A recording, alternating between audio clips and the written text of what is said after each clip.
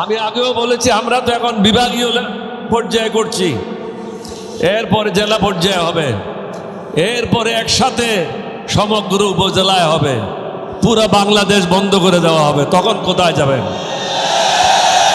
এই পরিস্থিতিতে আমাদেরকে যেতে দিয়েন না। দয়া করে সংসদে বিল এনে সংস্কারগুলি বাস্তবায়ন করেন। এই বৃহত্তর রংপুরবাসী যারা এখানে একত্রিত হয়েছে, লক্ষাধিক লোক, তারা সবাই এক বাক্যে বলছে এই সংস্কার আমরা চাই, মানবতার বাংলাদেশ চাই। আপনারা কি মানবতার বাংলাদেশ চান? সুশাসন চান? একটু হাত তুলে দেখান না। টেলিভিশনে একটু ফটোটা উঠাক, টেলিভিশনে ফটোটা উঠে তারেক রহমান দেখতে পারবে।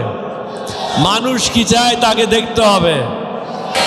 ওইদিকে হিমাচল হারাবেন আর অন্যদিকে কাশ্মীর হারাবেন, সুতরাং এদিকে পা বাড়াইয়েন না। আপনাদের জন্য ভালো হবে বাংলাদেশের সাথে সুসম্পর্ক করেন। আমরা কখনো বলি নাই আপনাদের বিরুদ্ধে এটা করব, এটা করব, এটা করব। আমরা চাই আমরা সুন্দরভাবে আমাদের ঘরটা পরিচালনা করি, এখানে যেন কেউ দাদাগিরি না করে। এই জামাত ইসলাম যারা আজকে নেতৃত্ব দিচ্ছে, তারা তো 2001 সালে বেগম জিয়ার সাথে সরকারে ছিল। তাদের সময় কি আপনাদের বিরুদ্ধে কোনো কাজ করেছে? করে নাই। এখানে মঞ্চে যারা আছে প্রত্যেকের দল কোনো না কোনো সময় ঐক্য জোটের মাধ্যমে সরকারে ছিল। আমরা তো কখনো ভারতের বিরুদ্ধে কথা বলি নাই। আজকে কেন বলছি? কারণ আপনাদের ইউটিউবেরা, আপনাদের একজন সায়েন্টিস্ট সে কি বলল যে রংপুর কিনে নেব বা দখল করে নেব, যেন তোদের বাপের দেশ। হ্যাঁ, এটা কি ইয়ে পাইছো? মগের মুল্লুক পাইছো? আরে বেটা, আমরা যুদ্ধ করে স্বাধীন হয়েছি। হাসি তামাশা করো না, পরনে ধুতি থাকবে না। নিজের দেশ নিজে সামলাও, আমাদের দেশ আমাদেরকে সামলাইতে দাও। আমরা আজকে এখানে কেন একত্রিত হয়েছি? আমাদের মূল কারণটা কি?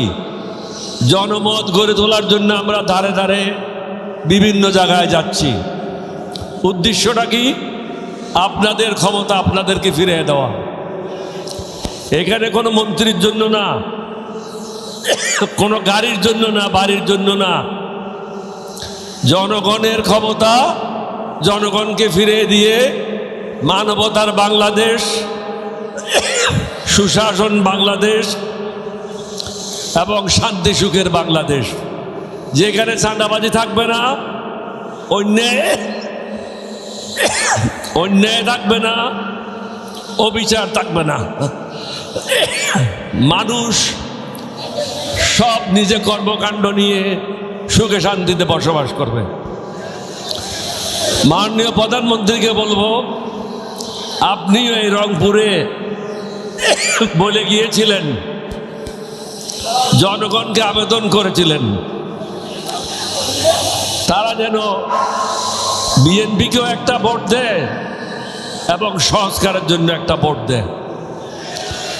এই কথাটা আপনি স্মরণ রাখেন। এটা আপনার মঙ্গলের জন্য সংস্কার। আমি বিভিন্ন জায়গায় বলেছি, চারিদিকে শত্রু রেখে আপনি দেশ পরিচালনা করতে পারবেন না।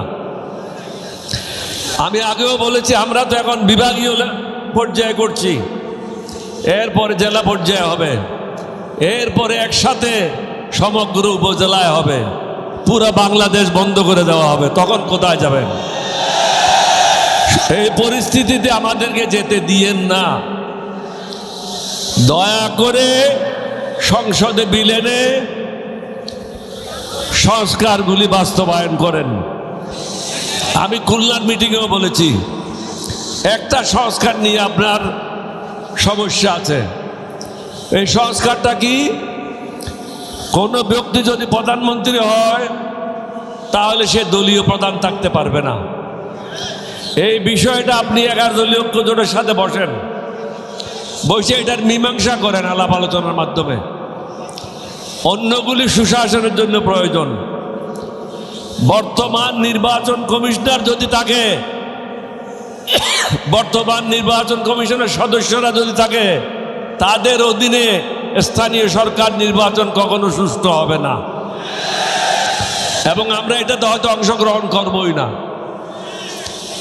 আমরা কি চাই? একটা কমিটির মাধ্যমে সমস্ত জায়গায় পদায়ন করা হবে।